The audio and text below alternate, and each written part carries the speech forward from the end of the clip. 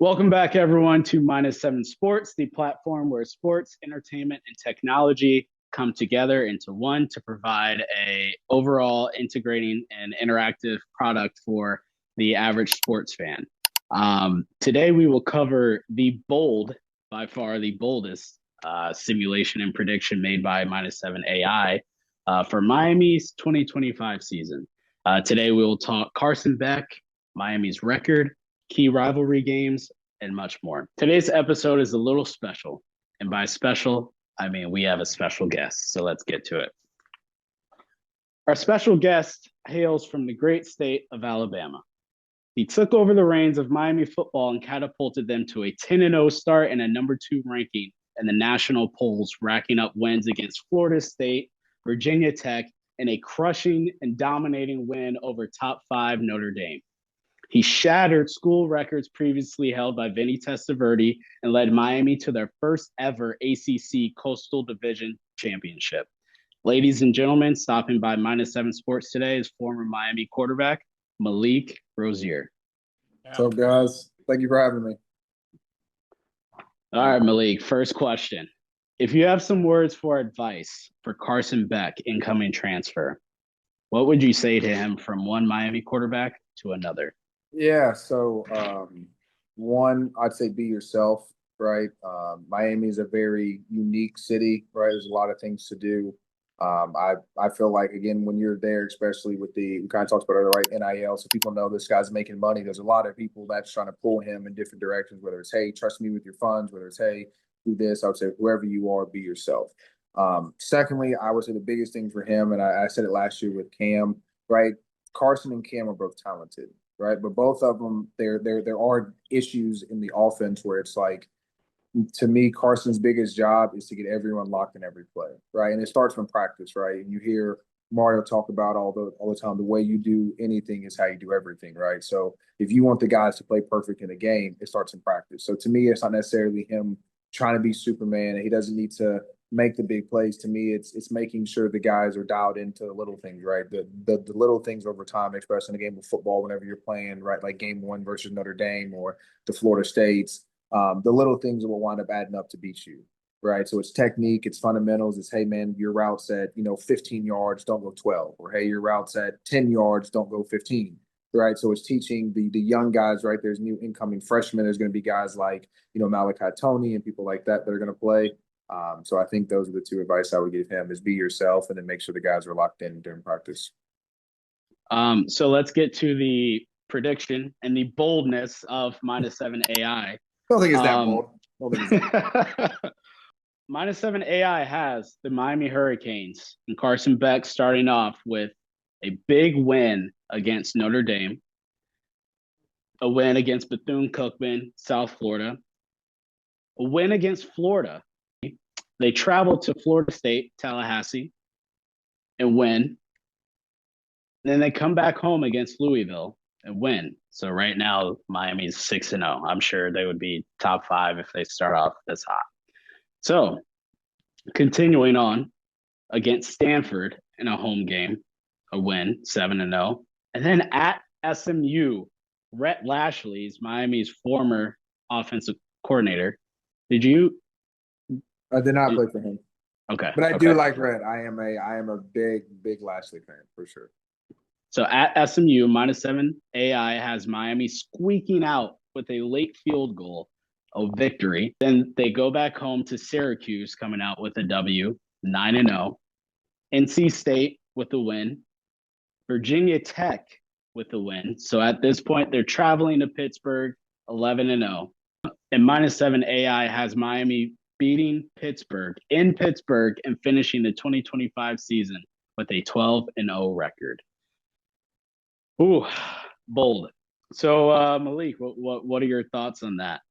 I definitely think there's going to be some close games. I think it's funny, the closest game you mentioned was SMU. I think that one's going to be very interesting. Obviously, there's a lot of connections between Lashley, De'Aaron King.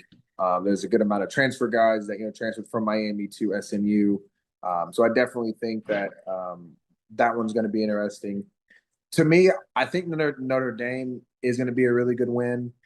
just because it's game one, right? Everyone's locked in. They probably have spent the last month literally game planning. Both teams, right? They spent the last month game planning, but nothing but Miami versus Notre Dame. To me, I think the game and every team has it. I think Florida will as well, right? Is the Miami Florida game, right? And you saw it kind of last year when Florida lost. It was like, man, where's our season, guys? Kind of, it was up in the air. For us in 2017, it was Florida State, right? We got all the way 7-0, and it was like, hey, man, this is the hump that we, right, kind of got to get over. And I would say, to me, I think that this year that game will be Florida. Obviously, it's at Miami. There's a lot of similarities, a lot of recruiting battles, right? A lot of the guys know each other. And so I think Florida will be the one that will probably be the nastiest, but I think it'll be a really good game. So I am very excited to see what they do. I think if they can get past Florida and SMU, to me, those are the two kind of trickiest. This is last year's offense, and obviously Florida does a great job with recruiting and some of the guys they have. I think if we can get over those two games, we will definitely go 12-0. I gotta ask, Malik. General question would be, maybe I'm wearing the tin hat here. That might be a crazy theory, but we don't leave the state of Florida till November, which is nice, which is great. Great, but you then put us in back-to-back weeks in late November in Blacksburg, which we know is a tough place to play, regardless of how good or bad they are. And then the following week, you go back to Pittsburgh. Would you not trade like the SMU road game and flip that with like the Pittsburgh in a perfect world? Maybe, but I'll say this though, and this is the one thing that I personally love to see. I think one, you see the mental toughness of your team, right? The weather kind of changes the same way, like when it's December in Miami and the teams from Pitt come down where it's been snowing, all of a sudden it's 70 degrees and they're sweating. Like, man, I haven't felt this kind of heat of practice in this heat in forever. So it works both ways. But one thing that was always said in our locker room, right, was if you want to go to the NFL and you want to play for a very long time, you're probably going to have some games, not only in the cold, but in the snow. Right. So if you can't do 1 or 2 games in Miami in the cold, and we also see the Dolphins kind of struggle with that as well, right? It's something more of a mindset where it's like they feel cold, right? Even though they're a little more used to it, right? The same way that it feels 20 degrees to you, it feels 20 degrees to them, right? And the good news is they do stuff where like they'll make guys take more ice baths, right? They'll do different things like that. But I think that's more of a mindset. I know there's seat warmers, guys will have hand warmers, right? There'll be things that'll be going. I'll be honest with you, some games are colder than others, but for the most part, especially the guys that are more active, once you start running around and moving, you really don't feel the cold. I hate to rain on the parade, but I was watching Miami 9-0 last year. They go to Georgia Tech, lose a tough one, beat Wake Forest, then go to Syracuse. And they play Syracuse in Miami this year. So I don't, that's an advantage. I think Virginia Tech and Pitt are probably both going to go 500 this year. That's just my guess. But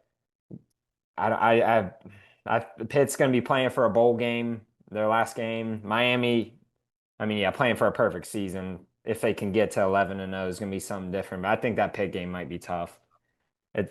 There's a lot of things to. Is Carson Beck healthy? Is he going to stay starting quarterback all season? Who knows? Mike was saying earlier, UCL injuries, they're more prevalent in baseball, but they're hard to come back from. Some quarterbacks have struggled the following year. So who knows? The big game, obviously the first game of the year, Notre Dame at Miami. Miami shit on Florida first game last year. So if they come out as hot, they got Miami 10th in the AP poll, I think. Notre Dame 6th. Mm-hmm. I haven't looked at the spread for that, but they're, the AP poll is saying Notre Dame's got a better chance. So we'll see. I'm excited to see. I'm not a big Miami fan really, but I like to pull for my boys' teams. So We'll see what happens. Appreciate that. Yeah, no, I think all the points you made were valid. And I will say this, and it's funny you mentioned the VT and Pitt. People don't actually know, as much as Miami and Florida State have a rivalry, Miami and VT have a huge rivalry. And we also don't like Pittsburgh either. I remember Pitt was probably the only team we played that entire year where, like, play one, the O-line and D-line, like on my offensive line, the D-line for Pitt almost got into a fight because one of the defensive linemen spit in my center's face. And so I told the ref, I was like, yo, I'm letting you know these boys about to throw hands. Like, we are really on that. Like, they think it's key. Like, our whole team going to clear the bench. They keep spitting on our players. Like, I'm letting you know this now. Like, it's about to become a brawl. And so that was one I was like, oh, yeah, like, I really feel the hatred. And so it's funny you brought those two up because as much as the weather affects us too, I think a lot of people don't understand. If you look back, especially when VT had like Frank Beamer, right, the Beamer ball stuff. So that was very unique. You had definitely game plan for him. And we played VT every year because obviously they were on the coastal.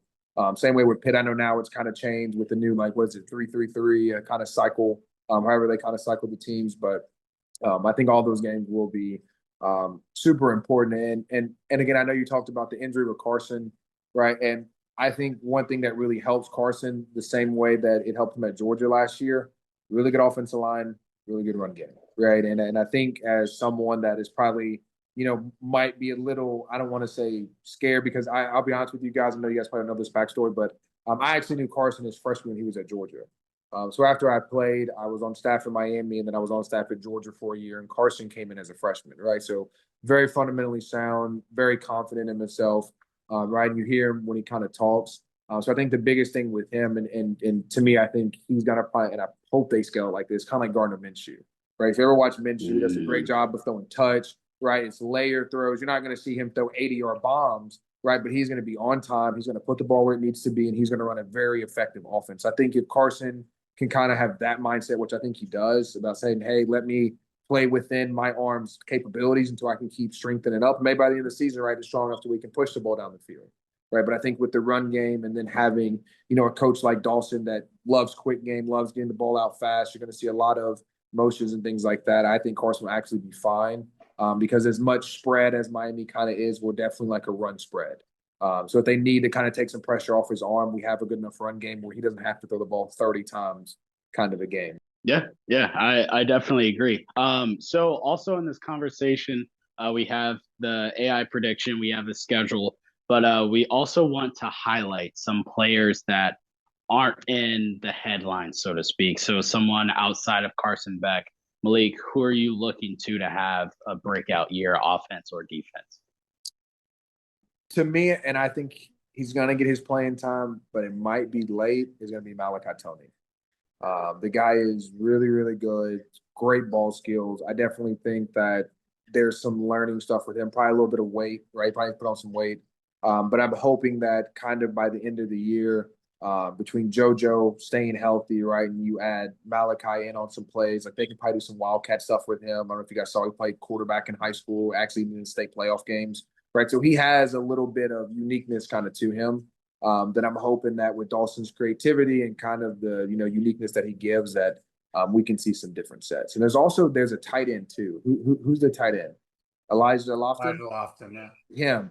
I think if Elijah has a big year, I think that's going to be the best thing for Carson. I think that if you don't have a good tight end, whether you look at the Tom Brady's, right, think about Antonio Gates, or when you have a good tight end, it just sets up the entire offense. Because to me, the biggest pressure points for most of the teams that play, and you'll see a lot of quarters, is going to be their Mike. And you can get your good tight end on a Mike linebacker or Will. For the most part, you're going to have a lot of good matchups. And it also helps free up the outside. So I'm hoping that Elijah can have a big year as well. Speaking of Mike, new guy Mike, who are you looking to for some key players to have a big year for Miami, offense or defense? Yeah, I mean, kind of as Malik said, I think Miami's gonna rely a lot on the running game. To pretty much the person I'm looking at, Jordan Lyle, had a great freshman year.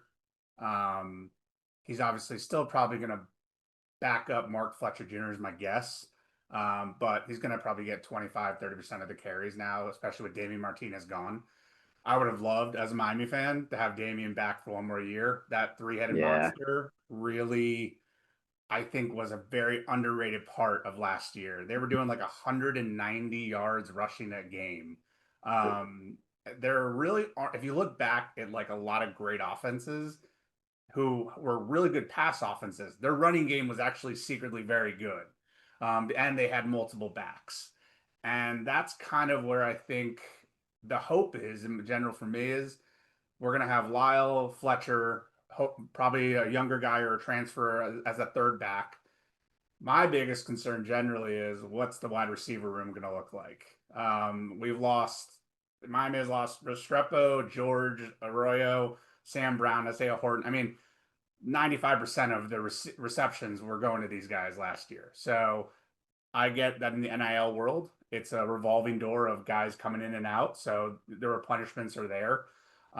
But as Malik said, I think I'm very curious to see what who's going to be catching Carson Beck's balls.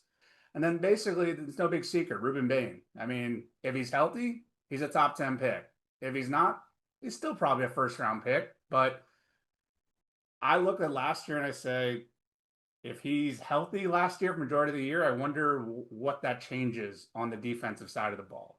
So yeah, you first catching Carson Beck's balls is crazy. Major pause. Yeah, I couldn't laugh at that one. I was trying not to laugh. I was trying so hard not to laugh. You can clip that one. There you go. Second, you mentioned Ruben Bane. I personally think Ruben Bane could be the first overall pick.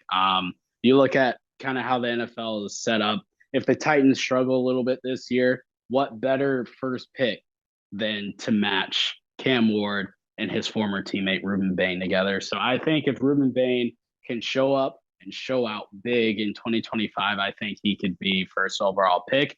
And another, last but certainly not least, I got to throw my father out there. He's a lifetime Miami fan. He told me he thinks CJ Daniels, transfer portal wide receiver coming in, is going to have a big year. So gotta shout my dad out right there. Malik, you're doing some things in amateur football. Some pretty big things, I hear. Would you like to speak a little bit more about that? Yeah, so I work for a quarterback company called QB Country. We're in about 8 different locations. So I run the state of Florida.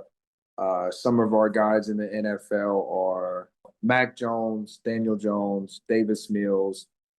We just have Arch Manning, obviously at Texas. We have Ty Simpson, starter at Alabama. We do have Emery, Judd, and Luke Nichols, obviously all at Miami, starter at FAU, Kyle Com. I'd say we have about 60 to 70 starters throughout D1, and about 8 starting NFL guys and about 20 NFL quarterbacks in general. So I actually trained with them in Mobile after leaving Georgia. Decided to train with them. So right now I do train a good amount of the college kids here in Florida.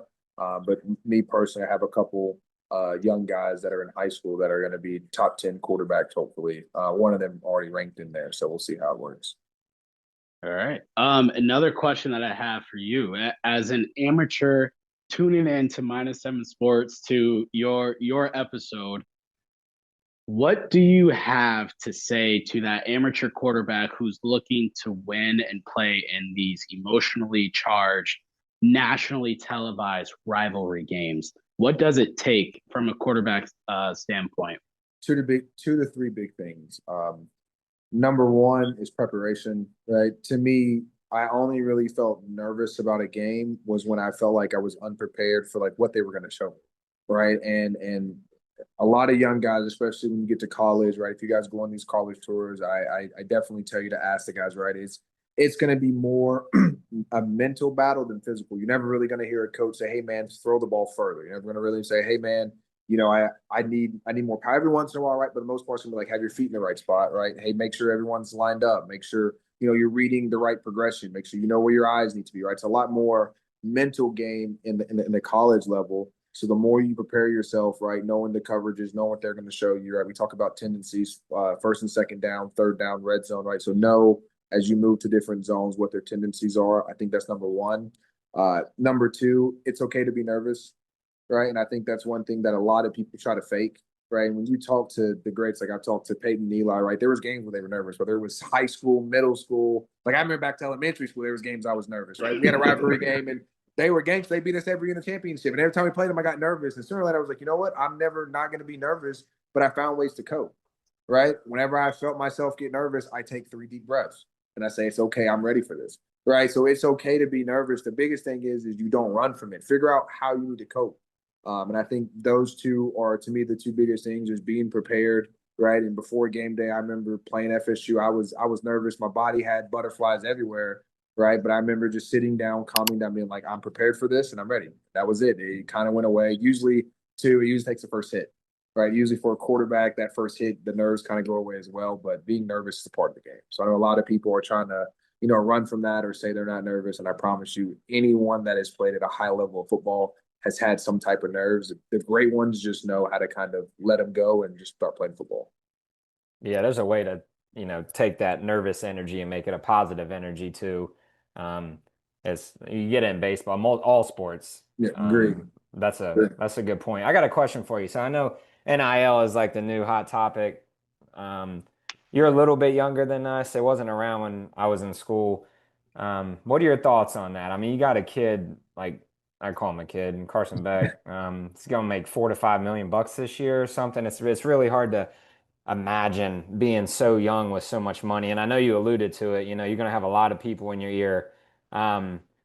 Just in general, what are your thoughts on NIL, how it's gone from, outside businesses being able to pay kids and now schools directly? What are your thoughts on the whole situation? Yeah, so I did not like the way it was previously set up.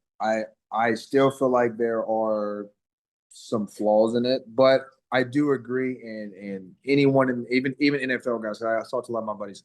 You work harder in college than you do NFL. Now, obviously, game day NFL is totally different, but like day to day, college practice, everything you're doing, it is a lot more wear and tear and mental stress on your body in college than it is in the NFL. Right. So the fact that these kids can now get paid, like I remember times where like I had friends that we were only getting $2,300 a month living in Miami. Rent was 15. Some people are trying to send money home to their parents. You know what I mean? Some people got single moms with brothers and sisters that are trying to send money back. So there are a lot of positive stuff in this that I really like about the NIL. I do think that, and I hope that this becomes more of an NCAA down that they kind of force, the conferences to push. But I do think that if you make above $1 million, right, there needs to be some type of, hey, you're going to make 75%, but 25% is going to go in a mutual fund or, a Roth IRA. Because to me, some of these guys, and it's going to be super unfortunate, they're going to be really, really highly talented college players. And at some point, it's going to end. It could be 1 year, it could be 3 years, it could be no years in the NFL. Right. And the worst is when you hit a tax bracket and you start getting taxed, and all of a sudden you can't necessarily keep up. Right. So teaching these guys how to money manage is something that I hope. And I do also like the fact that the schools are getting involved. Because you were having a lot of kids that were going around and saying, hey, who's the highest bidder, right? Miami's going to pay me $2 million. LSU's going to pay me $3 million. I'm going to go to LSU after a year. I don't like it. Now I'm at Oklahoma. Oklahoma's going to pay me 2.5. I don't like it. Now I'm at wherever, right? South Carolina, right? But now with the schools coming in, you're on like a teacher contract. So if you leave, that's fine. For all the days that you miss after, I'm taking that money back. Or, hey, if you don't make a certain amount of days, 80% of what I paid you goes back to me. So, you already spent it. That's fine. I'll wait for that next check. So when you transfer and go somewhere else, that first check comes to me. Right. So I think it's actually going to keep the transfer portal in check, almost as the same rule in the past of, hey, when you transfer, you have to sit out a year. They don't have that no more, obviously. It's like, hey, you transfer and use on these schools' contract. Now we're going to take our money back. So now it keeps the kids a little bit more invested when they know their contracts and don't necessarily get pulled by the school. So I think there are some pros and cons to how it's kind of set up. But I hope that they can slowly figure out the NIL portal, because the NIL, not portal, but the transfer portal. The transfer portal messes up NIL a lot to me because of how kids bounce around from school to school. Yeah, there was I forget the number, but the first day it opened, it was like the floodgates. It's flooded. Well, and only 50% of the kids get picked up. And so that's the craziest part is you're going to see all these highlights on like ESPN and On3 and all these sports about this guy got paid this much, signed this contract, boom. But they also won't show you that, hey, 48% of the people that transferred don't have a place to go. You're back at home with mom and dad, or you're begging your school to keep you. That's what they don't show you. And I tell the guys all the time, if you don't have college film or you weren't super highly recruited, do not transfer. It is not worth it.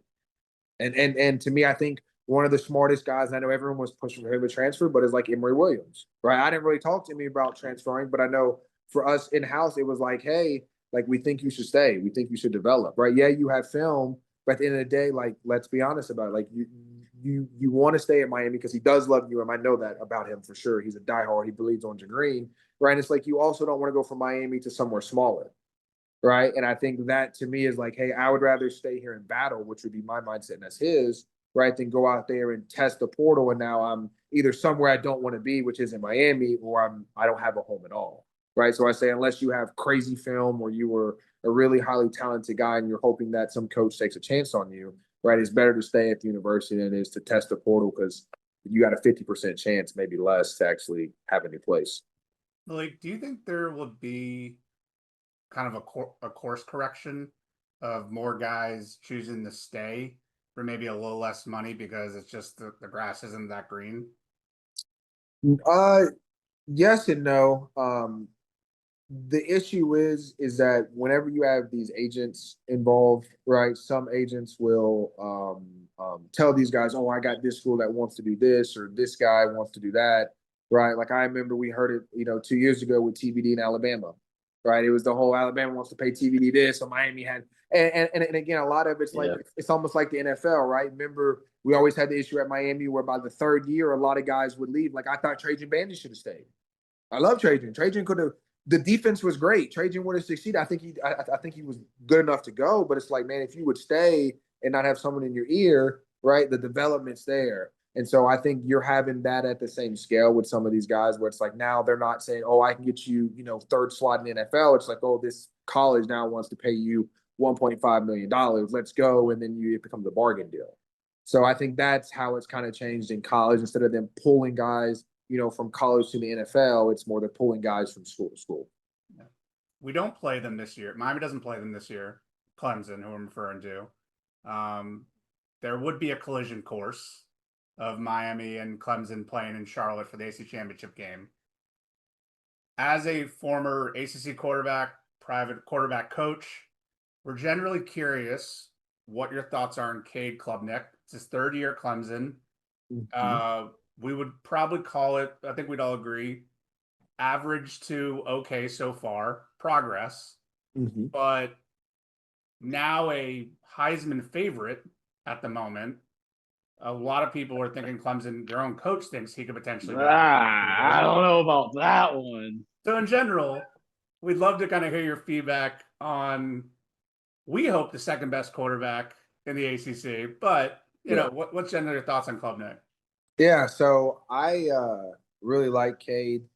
I'll give you guys kind of a backstory. When I was at Georgia, I found Cade, and I'll never forget this. So I remember talking to Monk, and I was like, "Yo, Monk, this guy's really good." Right? Monk's like, "Yeah, he's good, but like he doesn't throw it far enough." Right? And that was kind of one of his one knock, and I think he's done a better job in college developing. Right? But when you watch him in high school, he did not. He wasn't like an Anthony Richards in high school. He's dropping bombs everywhere, right? But you watch him, fundamentally sound, knows where to go with the ball, tough kid, played on a really good high school team, whatever was it, Westlake or wherever he's from in Texas, right? Really good high school team. They had a tradition. I know even their quarterback coach, because Monkey knew their quarterback coaches, like their quarterback coach is known for developing guys. I was like, that kind of is a Georgia guy, right? That's a guy that's kind of been through the ranks. And I remember Monkey was like, I don't know, man. He's like, I like him, but I need to watch more film, right? So like 1 week goes by, and in that 1 week, Clemson offers. And I remember when that happened, you can look at the time step. Clemson offers, Georgia offers. What made it funny was they had a layover between where he was going to Clemson, and it was in Atlanta. Georgia sent people there to try to get him. They were trying to get him to come to Georgia and miss out on going to Clemson. So that was one of the main reasons why, because I think Clemson was one of his first big offers. And I know if you look at the timeline, it went Clemson and Georgia. But I remember actually watching him because we had something called like a 6-state, and we obviously do Texas as well. But Georgia had a very, very extensive recruiting form on how they did stuff. And I was obviously over quarterbacks with Todd Monken, but he was one that I was like, yo, this guy is going to be really good. So I do like him. I think that he struggled. And you'll kind of hear him talk, right? I was nervous. I was trying to put too much pressure on myself. I was trying to do everything, right? And I think now he's kind of settled in.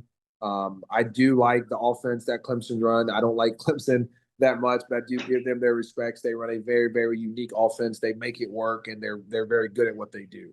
I do say they got a really good defense, and I think that helps Cade a lot, right? And you look at any good quarterback, right? Even Cam Ward, I know it kind of wasn't the best last year, right? But most teams when there's a good quarterback and they're really high ranked, there's usually a good defense, right? So one thing that's really going to help Cade is the fact that he doesn't have to feel the pressure of, hey, I need to score every drive, right? I'm going to have guys that on the defensive side that are going to be first rounders. I'm going to have corners that can cover, right? And I think that in the long scheme, when you have quarterbacks that feel like every time I have to score, you get guys that necessarily can't have that kind of pressure, right? And I think that with having Dabo there that, has coached guys like Deshaun Watson and Trevor Lawrence, right? And you have a good defense that takes the pressure off of you, that says, hey, man, we're not going to constantly be down or every drive off the score. I think that he'll be really successful, but I'm more interested in the receiving core. I know they got some pretty good receivers, so I think that Cade is going to be definitely one of the top 2 quarterbacks, if not number 1. So it'll be interesting to see what they do. Yeah, for sure. So Miami guy to Miami guy, I had to get this question in. 2017, I was in the stadium. You were in the stadium. We had different roles, obviously. I lost my voice for a week. We'll go beyond that. I jokingly have said it's top 3 greatest moment in Miami football history for me, that since I've been, part of this, program. What was the best moment of that night, or maybe the week for you, looking back on that? Oh man.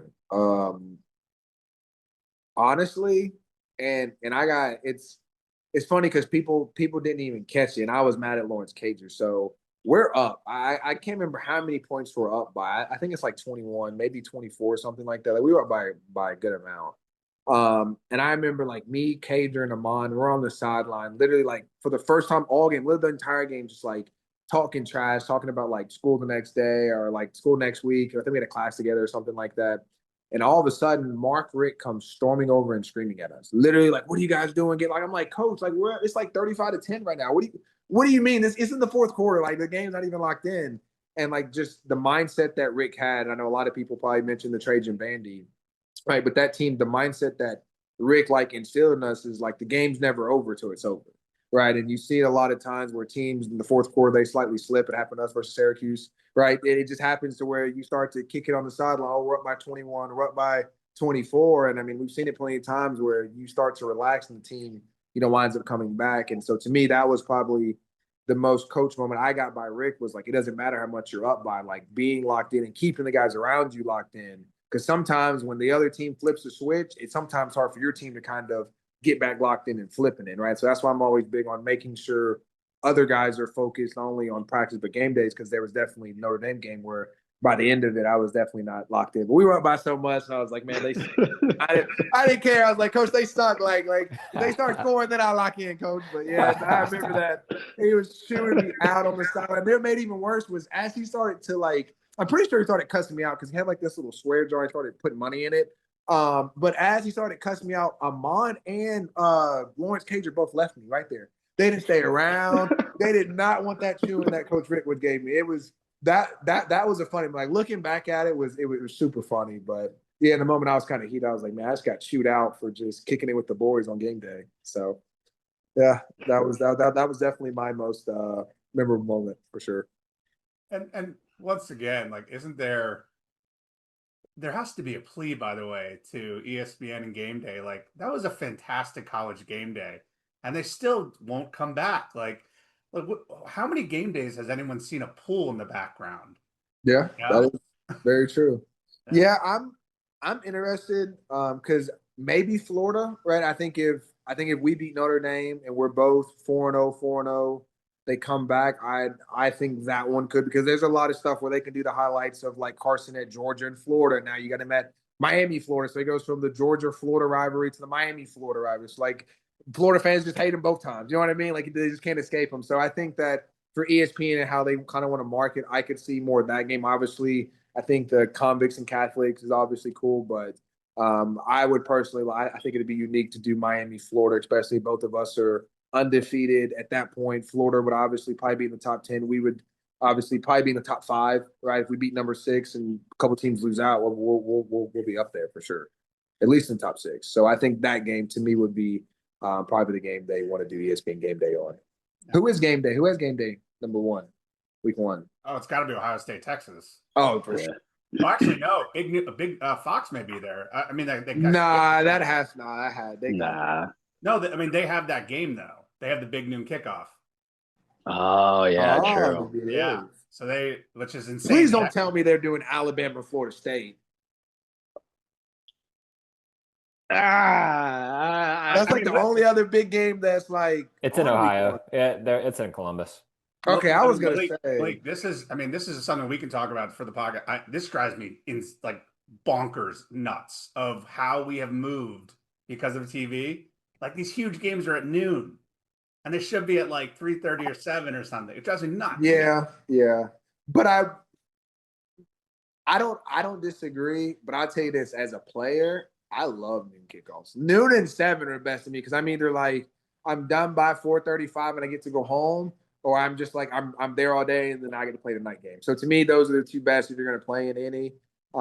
Plus, for me personally, I love waking up and seeing a great kickoff game. So for me personally, I don't mind. I used to hate sometimes waking up and all the 12 o'clock games are like Elon versus someone. I'm like, man, I got to sit there for the first hour and try to figure out which one of these teams I want to watch. So, but yeah, I know some of the players are definitely upset about it. I know the Big Ten, but I think it's a good branding deal by them. They branded, their big noon kickoff, and that's obviously what they're gonna, kind of keep pushing. And I mean, obviously they're making what the most money, so it's clearly working. So everyone wants to wake up and it makes a lot of sense because to me, it's like the two games that I always like to watch the most are the noon kickoffs, and I feel like because no one really watches them, and then the super late games, the pack games. I feel like the pack games do great, especially when they do like the late ones. Like think about the Miami Cal game. If you do a great late night game, people will still watch it. We were up at 4 a.m. It's like 2 or 3 million people still watching that game. So it's like, to me, like the pack should do the same thing as the Big Ten, but you do it for the late night junkies like me that'll stay up till 2, 3 a.m. and then sleep in all day on Sunday.